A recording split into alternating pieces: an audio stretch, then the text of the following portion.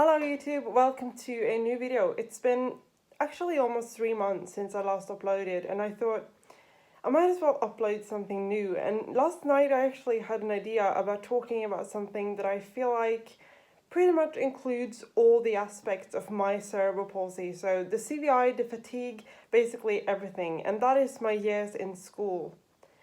I'm going to go through years, so I'm starting with primary school and ending it with my relatively short time at university last year. So without further ado, let's get straight into the video.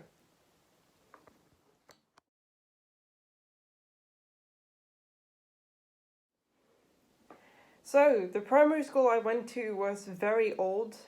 It's from 1925, if I remember correctly. It was also very small. Which meant that there were only 120 students there, which was great. I mean, I think it's more convenient to be at a small school rather than a huge school. But still, I remember the first 6 months of first grade as very, very tough because I basically had nobody else. It was just me. I couldn't even be with my sister because she was in another class. So I remember just walking around alone, very empty, feeling very empty and very, very alone at the school. And the reasoning why I was alone was kind of interesting because when looking back at it now, I realized that I already then felt kind of unwanted. I felt like the others didn't really want anything to do with me because of my disability. I think it was a mix of that and also, of course, being scared of actually telling them about the disability because the reactions are so unpredictable. And feeling like that as a 6-year-old, it's kind of sad when I look back at it because I mean, already then I was aware of the risk of being judged extra hard because of my physical challenges, and it was sad that I actually felt like that. Fortunately for me, this did improve, so I wasn't alone the entire primary school, luckily. I did get a friend whom I had for almost my entire time there, so that was good. When it comes to assistance devices that I used at school, I had some in the classroom. For example, I had my own desk and my own chair because my parents thought it would be convenient for me to have a bigger desk and a chair that was better to sit in rather than the standard stone hard school chairs. So yeah, I got my own desk and my own chair. The desk was bigger and the chair was more comfortable, so that was nice. I also had this, which I don't really know the English word, reading board? I had this at least. I think the main reason was both to be able to focus more because of my CVI, it's very easy to get distracted by things in the background that you see, so it can be kind of tricky to sort of focus on the lines, and also I think it was to avoid neck pains or something. I'm not really sure. I have never asked why I actually had this one, but I had it. And outside, I was using both a walker and a wheelchair. The walker I only used for a few years because we figured out that after the operation, I eventually didn't need it anymore. But it was actually very convenient and useful because in addition to the seat on it being very comfortable, it was also convenient because we played some games where that was a very useful thing to have. For example, we would pretend that I was this jockey who rode horses and stuff, so that was fun. It looks like this, by the way. It's very weird looking back at it today because things always look slightly different than you actually remember them. It looks a bit outdated now, but yeah, this was it. And that was actually a very good thing. But when I later went on to start using this one, it's an electric wheelchair called the Trax. It became sort of a negative thing because firstly it was very big, meaning that another person could actually stand on the back of it. And because it had this as well, that person was able to hold on. And I mean, that sounds very positive, but that really didn't stop anyone from jumping on and off it all the time, which they did a lot, especially the boys. they thought it was very interesting. And to those of you listening now, this might seem like a small thing, but to me, in the long run, this became very tiresome. I tried to tell them, don't do it, leave me alone with it, try to be, a little bit more respectful of my wheelchair, but no, they didn't want to listen, and no, the teachers didn't do anything, of course. So yeah, that was actually the source of a lot of pent-up frustration throughout my primary school years.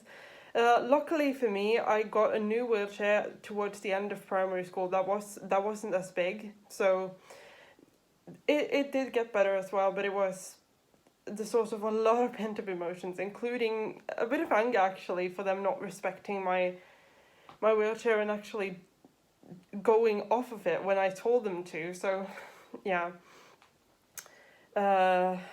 But another thing I also got in high school, primary school, was assistants.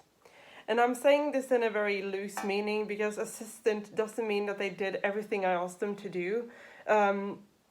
It basically just meant that they would help me in situations where I was either tired or physically unable to do something. So for example, if there was a lot of walking back and forth to get my books, they would help me with that. If there were too much to carry, they would help me carry stuff. So it was just these small practical things. And I'm glad my parents got me those because obviously they had the best intentions like they always have, but I think it sort of had the opposite effect because I didn't really feel helped. I felt more trapped because firstly, they didn't have a system in place for one assistant only. There were always switches. So when I got comfortable with one, there was a switch to another one, and then another one, and then the same one again, and then the other one again. So it was like round and round all the time, and it got a little tiresome in the long run because I couldn't really choose anything, even though I was the one who was actually involved in this. I remember, for example, in 6th grade, we had swimming every Thursday, and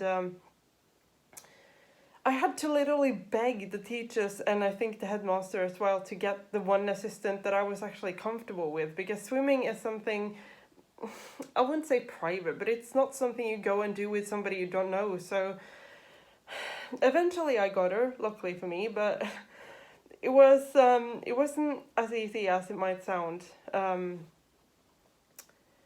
Thank God my parents were there. Yeah, so that was weird. But speaking of primary school being physical, there were also a lot of field trips that I couldn't really participate properly in. For example, there was this running competition where I really wanted to be one of the runners, and I couldn't because I didn't run fast enough. So I was literally forced to the sidelines, even though I think personally I should have been allowed to try. Because I mean, we were children. It's not about winning. It's about having fun. But obviously, nope. And also there were some challenges when it came to being on what we in Norwegian refer to as leirskole, which basically means that you live somewhere else outside of school for about a week and you do lots of activities there and stuff. Which was also challenging, but I survived. And yeah, I mean, something I also want to mention, gymnastic lessons. Fuck, gymnastic lessons.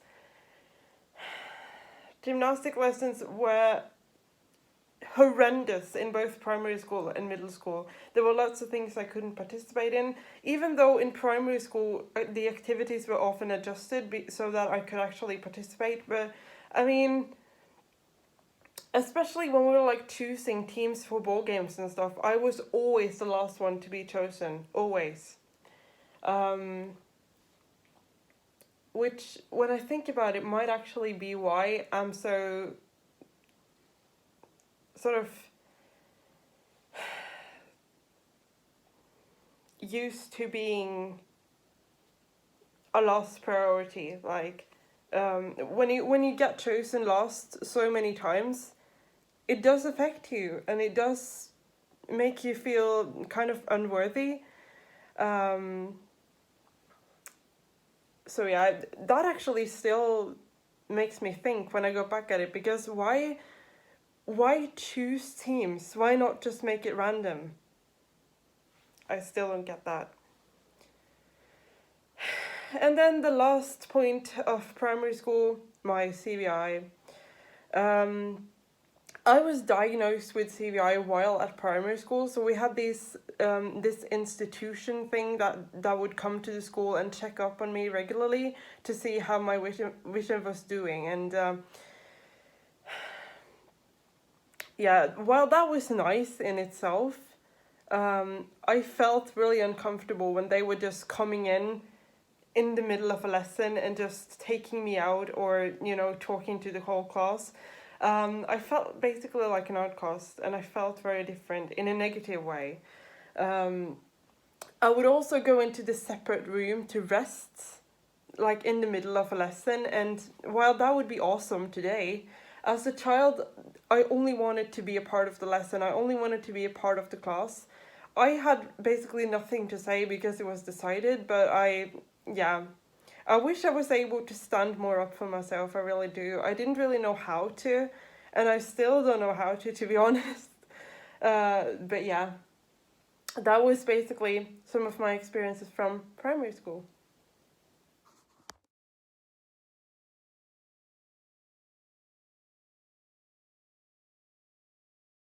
Okay, now let's move on to middle school.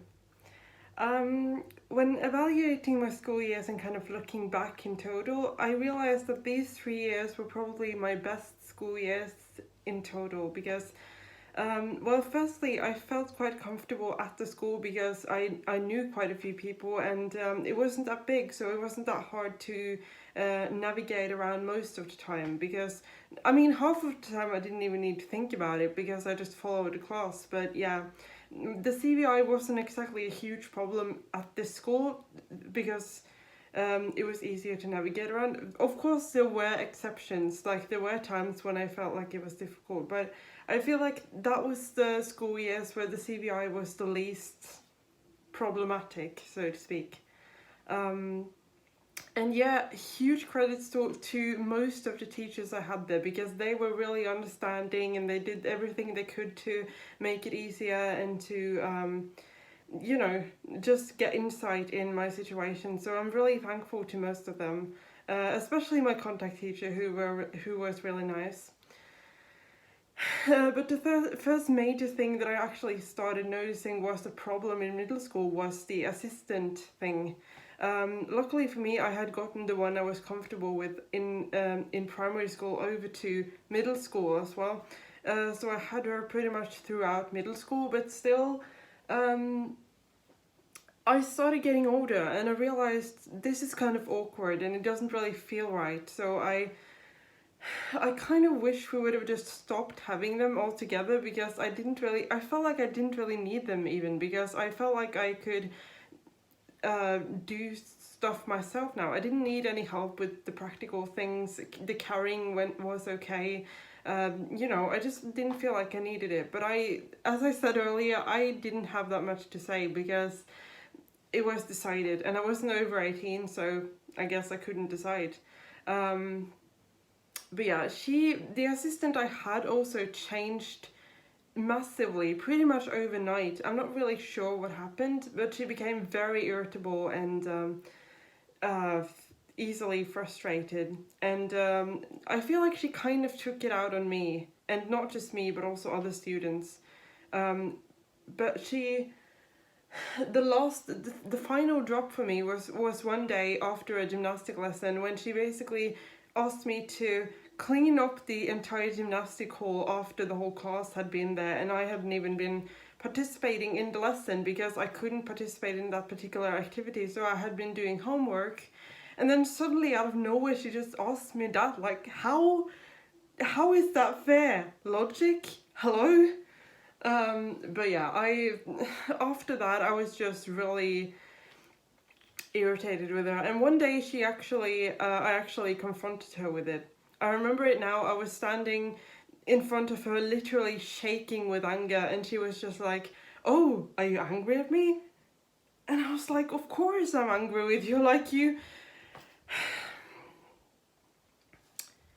made me clean up the gymnastic hall after the entire class when I hadn't even been participating." And not only that, but I'd been speaking about this with my sister a few days before, and she overheard it, and she was like, "You and your sister are such whiners."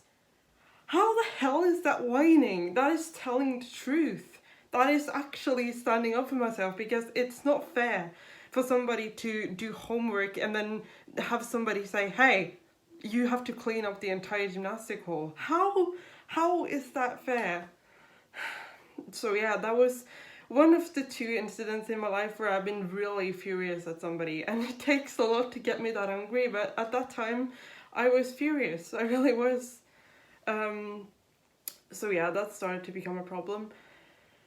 Also, color codes really became a thing regarding my CVI, because colors are, or bright colors, are really easy to see, and that's why I not only had color coded books, but also I think they started putting up some color coded notes on the doors of the classrooms that I had.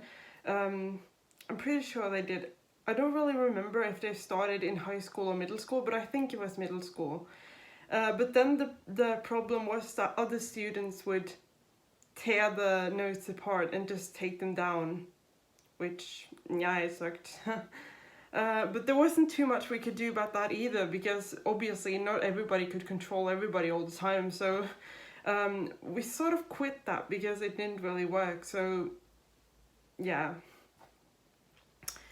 And another thing I noticed in middle school was my fatigue, because that was when the fatigue really started to be annoying, because I would say that I would have these minutes and sometimes even 30 minutes or something with like extreme tiredness and sleepiness, and as I've mentioned before, for the longest time I just assumed it was due to a lack of sleep,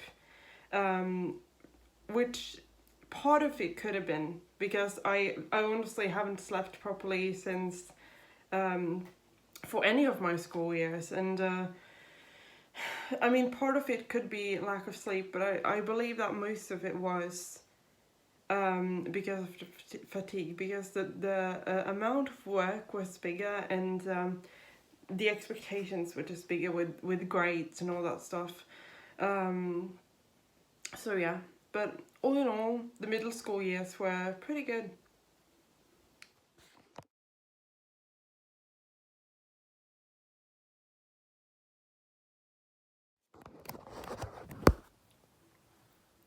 Okay, high school. If I were to describe high school with one sentence, I would pretty much say it was both the worst and the best in its own way, because firstly, the first year of high school was definitely the worst school year I've ever had. I really struggled to fit in because I had moved schools, I was at a new place, and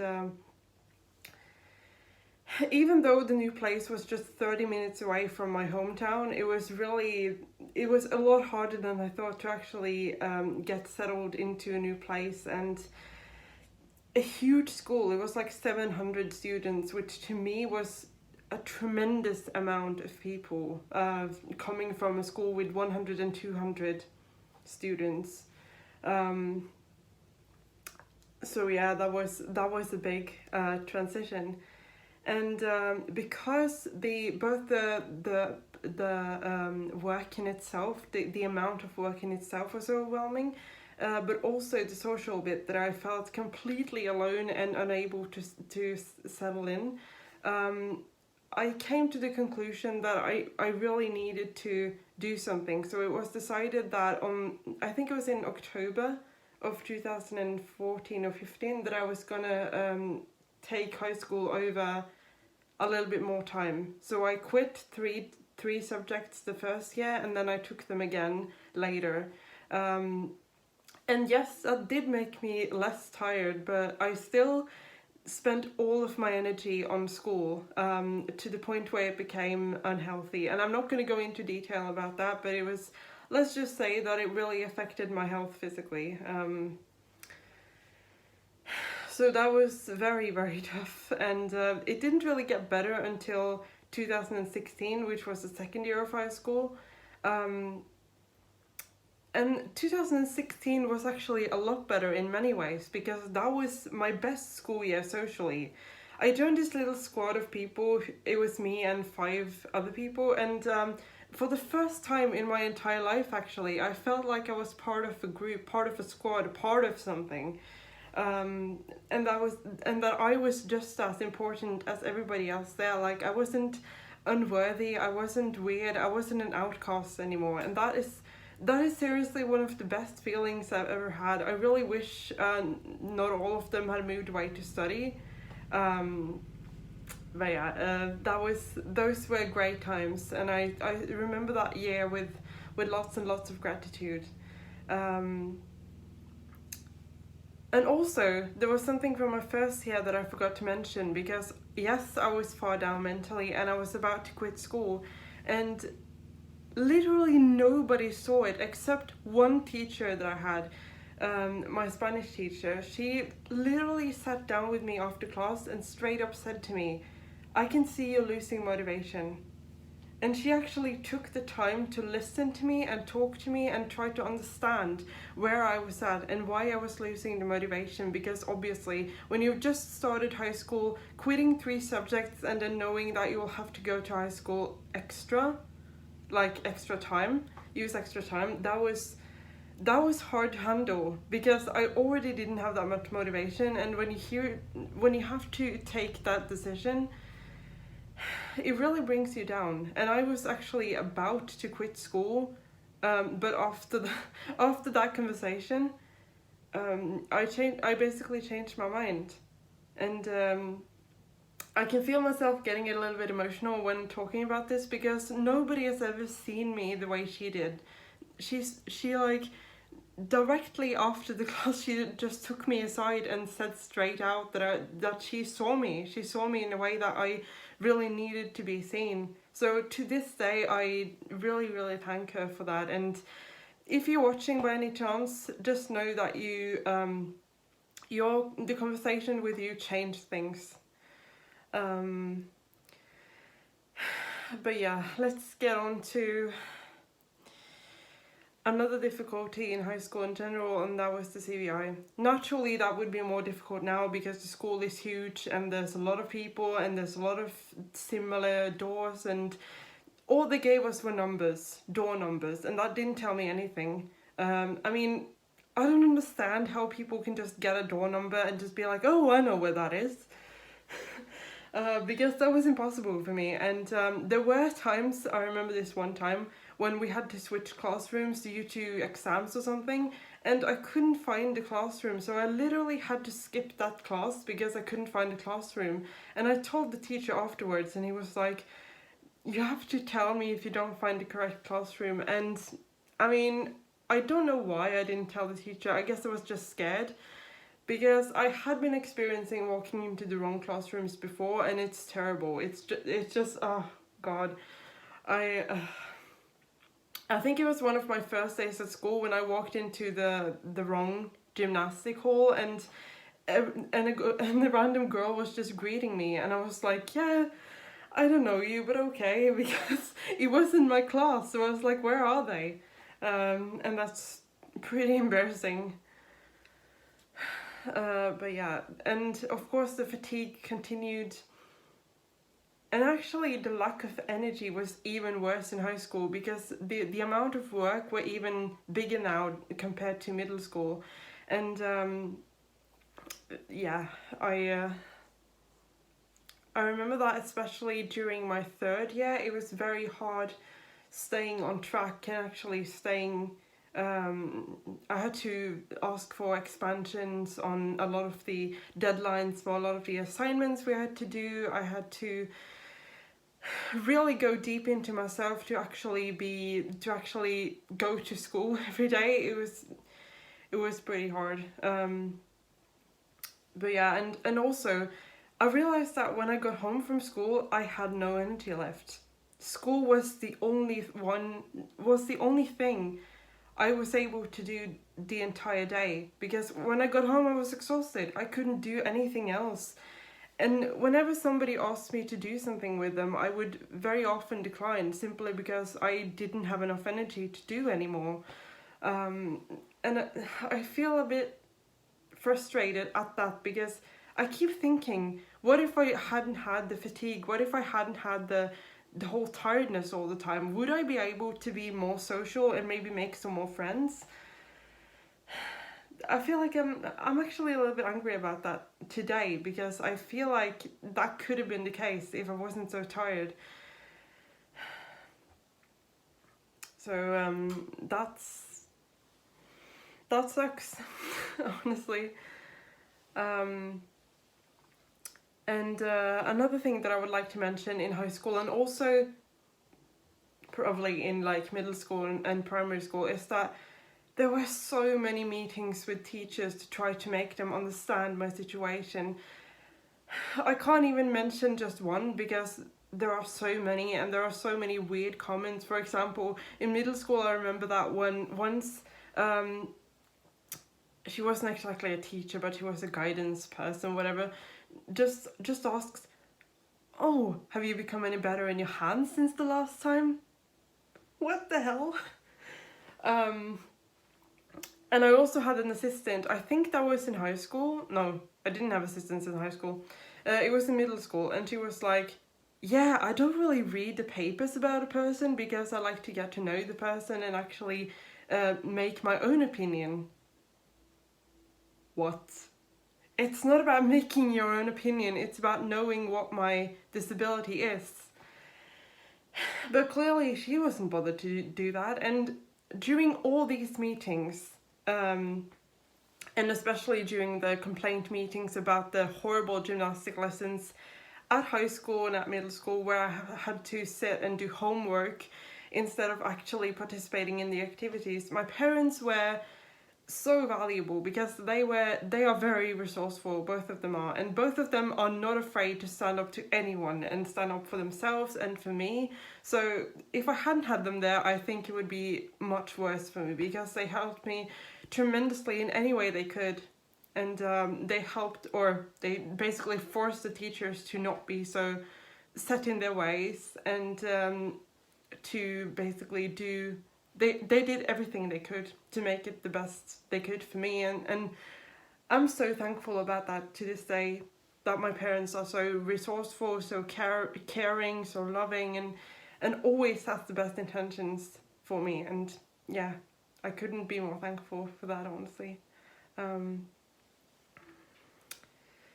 When I was close to the end of my third year of high school, and I was about to get my almost diploma, for not completing it, but for going there for 3 years. And when I was at the ceremony with everybody else, that was one of the hardest things I've done, like, in school, because I saw everybody else getting their finished grade cards and the proof that they'd completed high school, and I was there not even getting up to the stage, because firstly I didn't have anybody to lean on for physical support, and secondly I just felt like I wasn't part of that ceremony, because I hadn't really completed high school.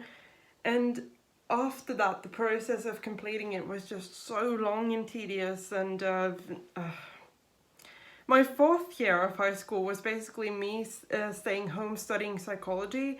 And even though it became better after a while, self-discipline proved to be a very big problem. I would go in long periods of time not reading anything, and then take a lot of time to get back on track by reading tons of things in one day. Not an effective technique, and I wouldn't recommend it to anyone. Luckily, I was able to complete psychology with a decent grade, so that was good. And the last year, I actually went back to a first grade of high school, because I had to take 3 subjects from the first grade again, the first grade of high school, just to make it clear.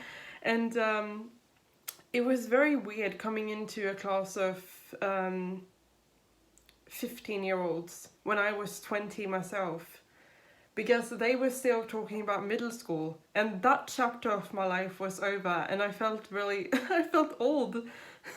And not just old, but I felt like I didn't belong, and it was very difficult when we, for example, had group projects, and I felt completely isolated from the group because I wasn't really a full-time student there. I was only there for 3 subjects. So yeah, the whole longer time aspect was very difficult to handle in general, and I still feel a little bit defeated in a way for using so much extra time in high school, even though I know I needed it, because I wouldn't have been able to complete the first year with the situation being as bad as it was. I was mentally and physically exhausted, and I know that a lot of it didn't have anything to do with the social situation or the fact that it was hard to getting settled in a new place. It was simply because of the fatigue, because of the CVI, because of the cerebral palsy, every amount of tiredness that causes. When you are already unsure of yourself, and on top of that you have all these extra challenges, time and time again it becomes overwhelming. And I can't really describe how overwhelming it gets, because there aren't really words to describe that kind of despair, I think. That feeling of not being completely free like everyone else is. But yeah, so high school was both the best and some of the best and some of the worst experiences school-wise.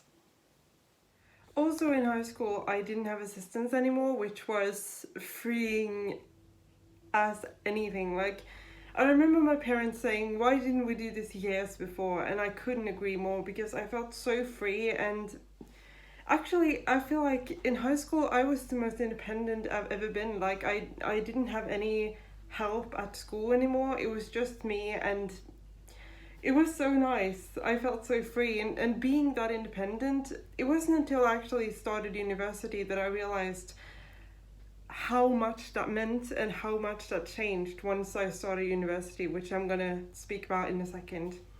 So independent wise, high school was definitely the best, definitely, and I'm very thankful for that.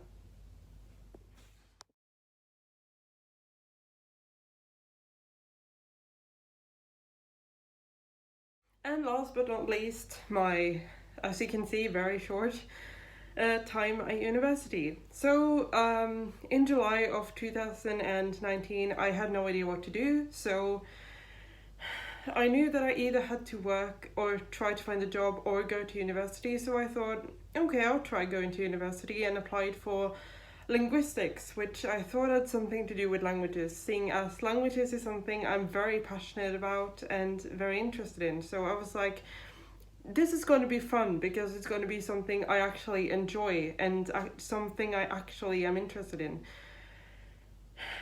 Yeah, that's what I thought. I actually got accepted into the linguistics course, which was a surprise for me in itself. But yeah, when I actually got to the campus and the lecture started, I pretty quickly realized this is not what I thought it would be.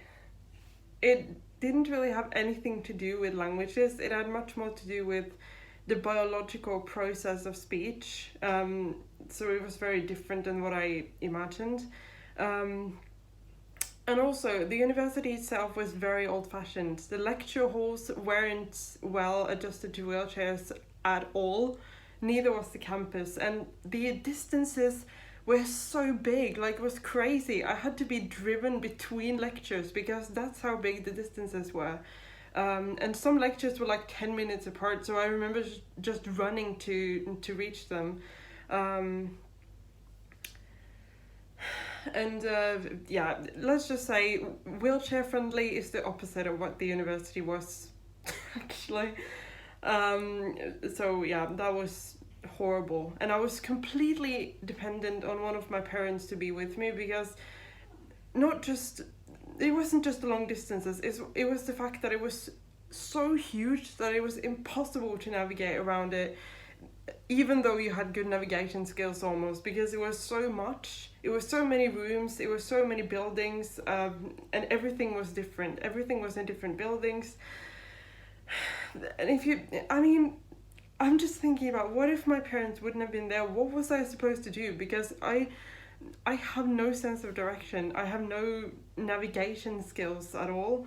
And yeah, I basically felt like the independence I had gained through high school was basically crushed into a million pieces. I felt like a child again. I felt like I was back in primary school, and it was like I had assistance just 10 times worse, because I was an adult now, and it felt really wrong and awkward, and oh god.